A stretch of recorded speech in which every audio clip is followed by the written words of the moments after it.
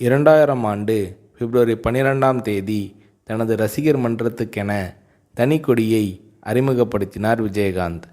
அதைத் தொடர்ந்து 2001ஆம் ஆண்டு நடந்த உள்ளாட்சி தேர்தலில் ரசிகர் மன்றத்தை சேர்ந்த நிர்வாகிகள் பல்வேறு இடங்களில் சுயேட்சையாக போட்டியிட்டு பலர் வெற்றியும் அடைந்தார்கள்.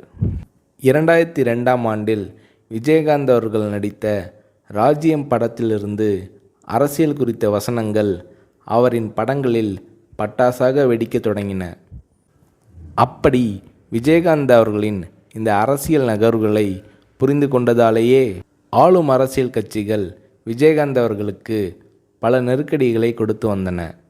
கள்ளக்குறிச்சியில் தன் ரசிகர் மன்ற நிர்வாகி ஒருவரின் திருமண விழாவில் விஜயகாந்த் அவர்கள் வருகையை முன்னிட்டு கட்டப்பட்ட மன்ற கொடிக்கம்பங்களை பாமகவினர் வெட்டி சாய்த்ததாக சொல்லப்பட்டது. அதைத் தொடர்ந்து நடந்த திருமண விழாவில் ராமதாஸையும் அவரின் மகன் அன்புமணி ராமதாஸையும் விஜயகாந்த் விமர்சிக்க, பதிலுக்கு விஜயகாந்தை ராமதாஸ் விமர்சிக்க, ராமதாஸ் விஜயகாந்த் மோதல் பாமக தொண்டர்கள் விஜயகாந்த் ரசிகர்கள் என விரிவடைய தொடங்கியது. பல இடங்களில் விஜயகாந்தின் மன்ற கொடிகள் வெட்டி சாய்க்கப்பட மன்ற நிர்வாகிகள் கடுமையாக தாக்கப்பட்டனர். விஜயகாந்த் அவர்கள் நடித்த கஜேந்திரா படத்துக்கு ராமதாஸால் சிக்கல் எழுந்தது. விஜயகாந்தை கடுமையாக விமர்சித்து வட மாவட்டங்களில் போஸ்டர்கள் ஒட்டப்பட்டன. கண்கள் சிவக்க வெகுண்டெழுந்தார் விஜயகாந்த்.